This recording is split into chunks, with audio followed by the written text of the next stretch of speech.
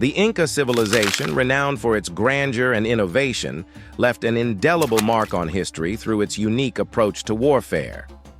This article delves into the captivating world of Inca warfare, characterized by mobility, large-scale hand-to-hand combat, and an extensive network of fortresses. With an empire that stretched over 10 million subjects, the Incas' conquests were not just about power. They were about prestige, diplomacy, and religious devotion.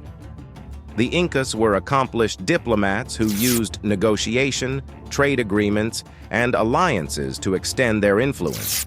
Their strategic approach included offering gifts, arranging intermarriages, and relocating sympathetic populations. However, when diplomacy failed, they were ready for battle.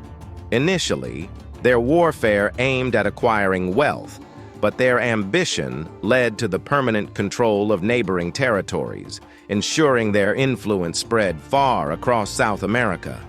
Conquest was not only about expanding the empire, but also securing a ruler's prestige, ensuring their legacy lived on.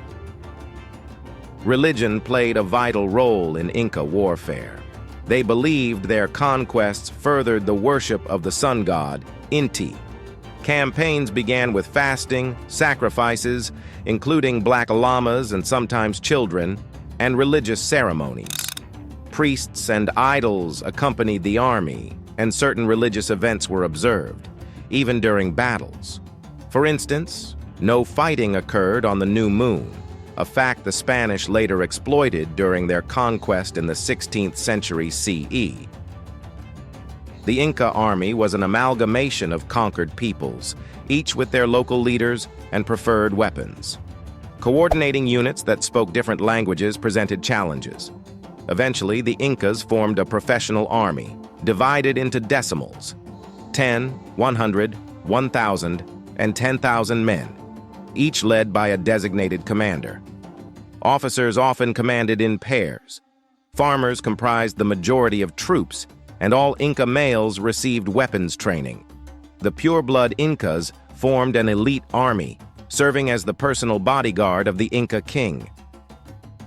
Senior army commanders were typically of royal blood, and the Inca king often served as the commander-in-chief. To prevent subsidiary commanders from gaining too much power, the king would sometimes lead the army in the field personally. However, as the empire expanded, this became impractical, leading to his brother or son assuming command. Field commanders rarely fought on the front lines, instead issuing orders from a command post. Inca battles were chaotic affairs of hand-to-hand combat. The choice of weapons varied by unit but included hardwood spears, arrows, javelins, slings, bolas, clubs, and maces with star-shaped heads. The palmwood club, resembling a sword with a double edge, was a favorite. Stones and grass fires were also used tactically. Soldiers carried shields, helmets made of plaited cane or wood, and metal plates or quilted cloth tunics for protection. The Incas' strength lay in overwhelming numbers and preparedness. They often sent messengers offering favorable surrender terms and rewards to avoid bloodshed.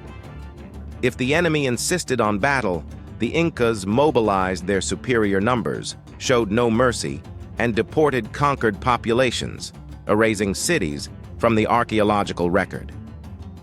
Battlefield engagements were preceded by singing, insults, and could involve front-on combat or siege warfare. Pretended withdrawals and counterattack pincer movements were effective tactics. To maintain their vast empire and rapidly deploy troops, the Incas constructed fortresses connected by an extensive road network. Way stations ensured troops had supplies every 20 kilometers. Goods were transported by llamas and people, including women. Campaigns lasted months, and the Inca storehouses, kolka, provided food and arms. Troops moved in staggered groups to ease the burden on local communities, and looting by soldiers was punishable by death. As the empire expanded, the Incas built fortresses to maintain a presence in conquered territories and fortify borders. These fortresses were strategically located, often on hilltops, and featured walls with sharp bends for optimal defense. Moats, revetments, and multiple gateways provided extra protection. Victorious Incas enriched the king's coffers with war booty. Soldiers displaying valor received rewards like land, prestigious positions, gold and silver, captured women, and weapons. Defeated enemies were paraded in Cusco, and some leaders were sacrificed. Hated foes had their skulls made into drinking cups and their skins into drums. Sacred objects of conquered peoples were imprisoned in the Coricancha complex at Cusco to ensure compliance. In conclusion, Inca warfare was a complex blend of diplomacy, religion, strategy, and military might.